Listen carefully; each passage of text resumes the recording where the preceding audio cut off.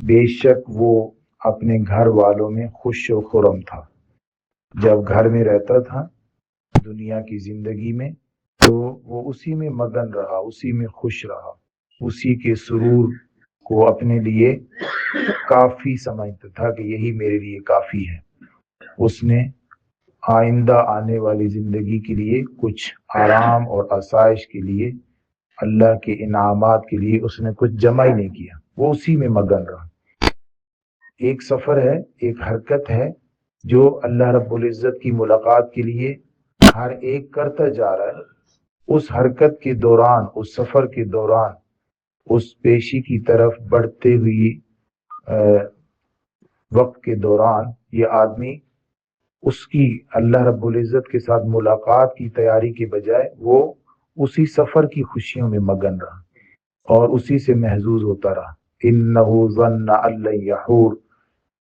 انہو بے شک وہ، ظن اس کا گمان تھا، یہ جسے اعمال نامہ بائیں ہاتھ میں ملا ہے اس کی تفسیر ہے آگے، بے شک اس کا گمان تھا، یہ اس کا خیال تھا، کیونکہ گمان اور خیال کا لفظ عام طور پر ناپسندیدہ بات کے لیے بیان کیا جاتا ہے، تو اس لیے ظن، ان الظن لا یغنی من الحق شیئا، سورہ یونس میں ہے۔ ظن کا لفظ عام طور پر اچھائی کے لیے استعمال نہیں ہوتا، اس لیے فرمایا انہو ظن ان لن یحور، حالانکہ انہیں بڑا پکا یقین تھا کہ نہیں جی موت کے بعد کہاں دوبارہ زندہ ہونا ہے، لیکن یہاں پہ ظن کا لفظ استعمال فرمایا۔ اور یہ بھی فرماتے ہیں نحویین اہل لغت کہ جب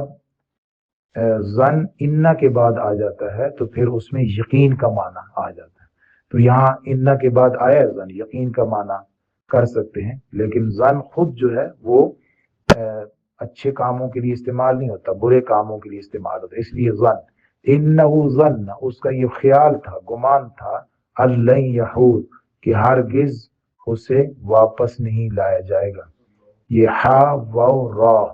یہ اس کا مادہ ہے، اس کا معنی ہوتا ہے پلٹ کر آنا۔ بہت سارے لفظ اس سے بنائے گئے ہیں اور ان کے معنی مختلف ہیں، جیسے حور کا لفظ بھی اسی سے ہے، حور، وہ لیکن اس کو کافی ساری تبدیلی کے بعد اس کو سمجھ سکتے ہیں کہ وہ اس کو حور کیوں بولا گیا ہے، کافی سارے معنی کی تبدیلیوں کے بعد، لیکن اس کا اس کے ساتھ تعلق بنتا ہے۔ ہم اردو میں ایک لفظ استعمال ہوتے ہیں محور، استعمال کرتے ہیں محور، کسی چیز کا یہ اس کا محور ہے، یعنی درمیان، وہ چیز جو درمیان میں ڈال دی جائے اور باقی چیزیں اس کے ارد گرد گھومتی رہیں، اس کو محور کہتے ہیں۔ سینٹرل اچھا لفظ ہے۔ تو کسی بھی پلی جو ہوتی ہے اس کے درمیان جو چیز ڈال دی جائے اس کو محور کہہ سکتے ہیں، یہ اردو میں استعمال، یہ وہ لفظ اسی سے ہے محور۔ اللہ یحور اس کا یہ خیال ہے کہ وہ ہرگز واپس نہیں آئے گا۔ اللہ رب العزت نے پیدا کیا ہے، بنایا ہے اور دنیا میں بھیجا ہے کام کے لیے، یہ یہاں پہ خوش ہو گیا، یہیں پہ آ کے وہ اپنی خوشیاں منا رہا ہے، اسے یہ احساس ہی نہیں ہے کہ مجھے واپس اللہ کے پاس جانا ہے، اسی لیے تو اس کو نام ہے اعمال بائیں ہاتھ میں ملا ہے نا۔ اب بات اوپر یہ تھی کہ آدمی اپنے رب کی طرف چلتا جا رہا ہے اور سفر کو طے کرتا جا رہا ہے ملاقات کے لیے۔ اللہ رب العزت فرماتے ہیں کہ یہ بیچ میں بھٹک گیا اور سفر جاری ہے اور یہ اسی سفر کے درمیان خوشیاں منا رہا ہے۔ بلا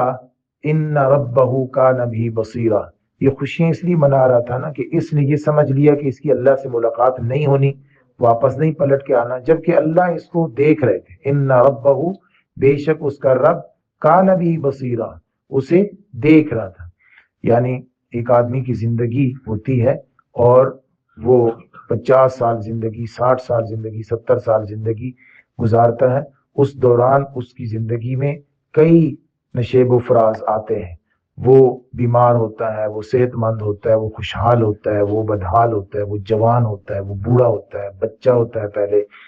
اسی طریقے سے وہ کبھی کسی کے انڈر ہوتا ہے، کبھی وہ خود جو ہے وہ ماسٹر یا آقا ہوتا ہے، مالک ہوتا ہے، آزاد ہوتا ہے، مختلف مراحل ہوتے ہیں۔ ان سارے مراحل میں اس کو چیک کیا جاتا ہے کہ وہ اللہ کے بارے میں کیا سمجھتا ہے، اس کا اللہ کے ساتھ تعلق کیسا رہا ہے، اور اس 60-70 سالہ زندگی میں اس کا تعلق ہر طریقے سے دیکھ کر اور اس کو لکھ لیا جاتا ہے، جب اس کے بارے میں یہ فیصلہ ہو جاتا ہے کہ اب اس کے بعد اس پر کوئی بھی حال آئے گا اس نے ایسا ہی رہنا ہے،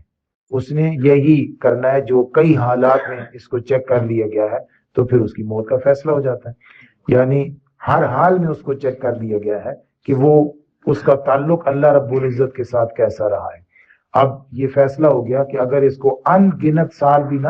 زندہ رکھا جائے گا تو اسی پیٹرن پہ اپنی زندگی گزارے گا، پیٹرن اس کا یہی ہوگا، لہٰذا اب اس کو آگے باقیہ زندگی کی ضرورت نہیں ہے، اب اس کو یا جنت میں بھیجا جائے یا دوزخ میں بھیجا جائے۔ ان ربہ کان بہ بصیرا، اللہ رب العزت اس کو دیکھ رہے تھے، اس پر مختلف احوال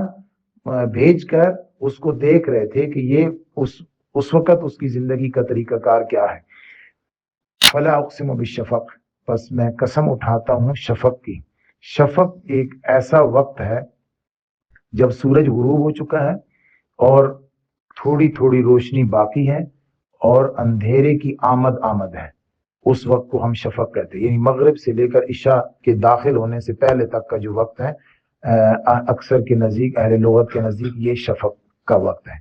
اس وقت میں آدمی کے اندر بھی انرجی باقی ہوتی ہے، جیسے جیسے سورج غروب ہوتا ہے تو انسانی جسم آہستہ آہستہ سست ہونا شروع ہو جاتا ہے کہ اس کو انرجی جو ہے وہ سورج سے بھی، کچھ روشنی سے بھی اس بدن کو ضرورت ہوتی ہے۔ جیسے جیسے سورج کے غروب کا وقت دور ہوتا جاتا ہے تو سستی بڑھتی جاتی ہے، اور جیسے طلوع کا وقت قریب آتا جاتا ہے تو پھر اس کے اندر طاقت اور قوت آنا شروع ہو جاتی ہے۔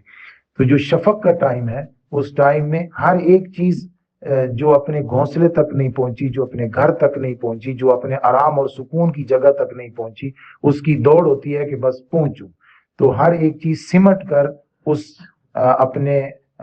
آرام اور سکون کی جگہ، اپنے محور کی جگہ تک واپس آنے کی کوشش کر رہی ہوتی ہے۔ اللہ رب فرماتے ہیں فلا اقسم بالشفق، یہ ایک گواہی ہے شفق کے وقت کی، کہ جیسے شفق کے وقت اللہ رب العزت ہر چیز کو اپنے اپنے آرام اور سکون کی جگہ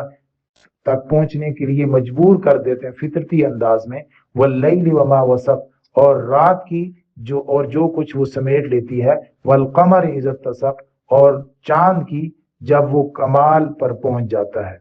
یہ ساری قسمیں اٹھا کر اللہ رب فرماتے ہیں لَتَرْكَبُنَّ طَبَقًا عَنْ طَبَقٍ، تم ضرور چڑھو گے درجہ بدرجہ ایک اعلیٰ درجے کی طرف۔ یعنی جیسے یہ چیزیں اپنا ٹائم گزارتی ہیں، سورج، چاند، ستارے، رات اور شفق، اور سارے لوگ ان کو دیکھ دیکھ کر آگے آگے بڑھتے جا رہے ہیں، ایسے اللہ رب العزت تمہارے سفر کو جاری رکھے ہوئے ہیں اور تم اپنے سفر کو طے کرتے جا رہے ہو، اور درجہ بدرجہ آپ اللہ رب العزت کے قریب آتے جا رہے ہیں۔ اللہ رب العزت ہمیں اس قربت کا احساس نصیب فرمائے اور اس کے لیے بھرپور تیاری کی توفیق عطا فرمائے۔